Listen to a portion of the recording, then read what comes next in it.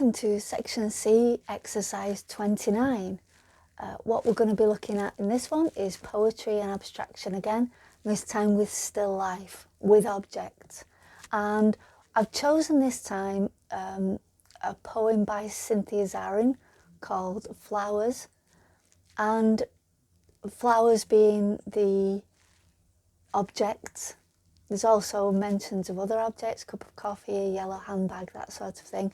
But it's that idea of the white lilies, and as she says, some other white flower, that act as, the flowers are acting as a way through, a way forward, something, the whole poem seems to be about a steady path through sorrow, being able to keep going even though things aren't quite exactly as they should be. And that's what really struck me about this one. I don't know if that's the meaning behind the poem, but that's how it felt to me when I read it a few times. It'd be very tempting just to do an abstraction of the flowers in this one. But I don't want to. I want the poems in a book called Orbit, and it has the selection of poems, and it's about movement. And the white flowers in this show a degree of emotional movement forward or through, being able to get through. So that's what I'm trying to communicate in my abstract painting, and I'm just going to do it with simple shape. It takes more mental working out than it does paint working out to do these ones. I am really enjoying them, but they are quite cerebral. You have to think them through. So with having chosen the poem and where I'm going to go with it, I'll now fill in the planning sheet. Section C, Exercise 29, planning sheet. So poetry and abstraction. The poem is Flowers by Cynthia Zarin.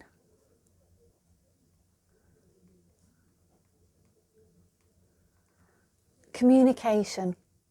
For me, it's the flowers representing a way through sorrow and difficult times.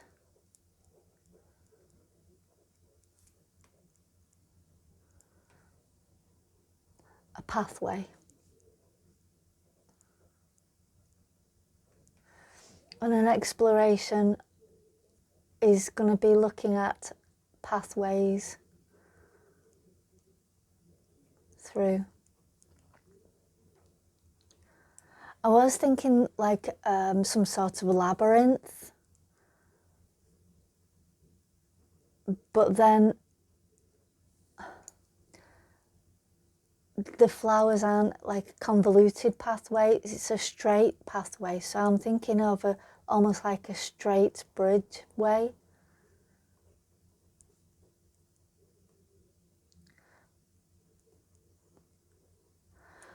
And at first I was thinking like that sort of shape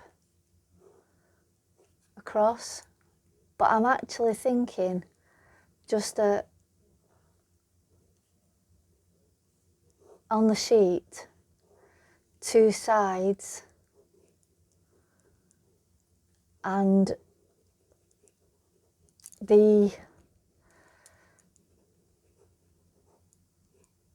with a bridge going across the two of them.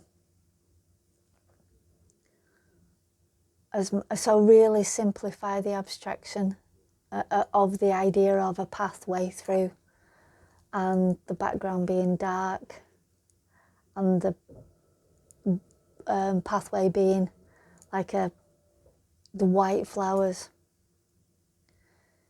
Right, so I'm going to do some experimenting with that idea on the next page, and then I'll get started on the painting.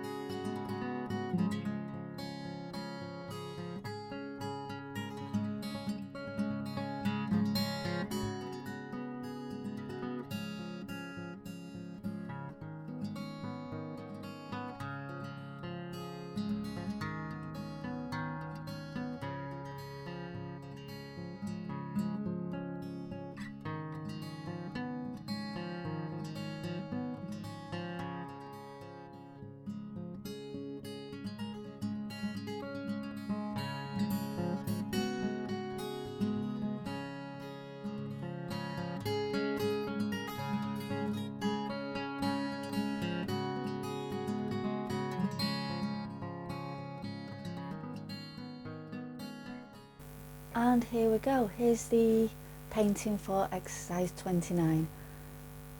I reread the poem, and what I felt was, as well as the flowers being a pathway, there was also a tension in the whole scenario, and I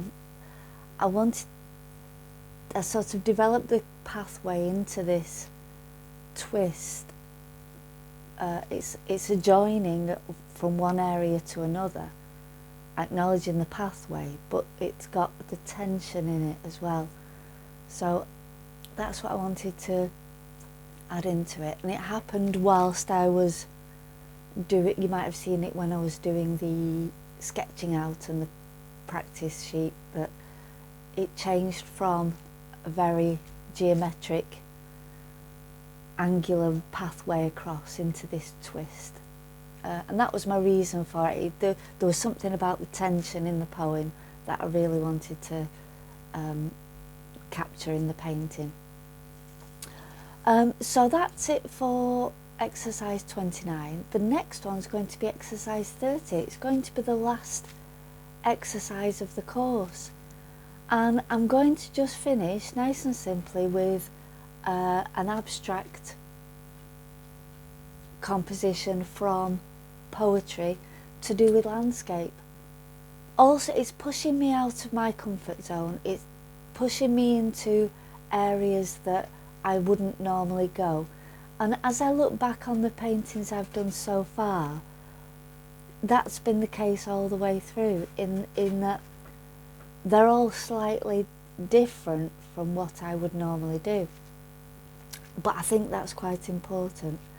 I think it's important that you keep experimenting, you keep pushing yourself, But also, I've jumped along every single exercise, even when I wanted to stop and have a look at what I was exploring in one particular exercise, and I thought, oh, I could actually do a few paintings from this.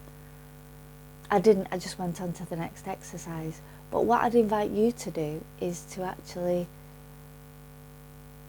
go back and see which ones you were really inspired by.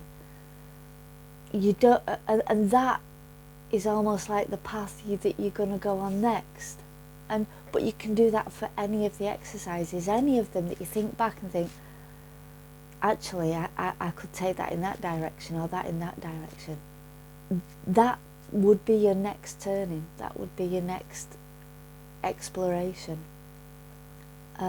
It doesn't have to be carrying on, going through poetry, going through story, going through narrative. Any of the exercises that we did from section A through to this one, any of them can be explored further, even down to exercise 1 of a person, a face, and just the noun. That can be explored. So with that, I'm going to leave you with the painting and say thank you very much, and I'll see you in the final exercise. See you later. Bye.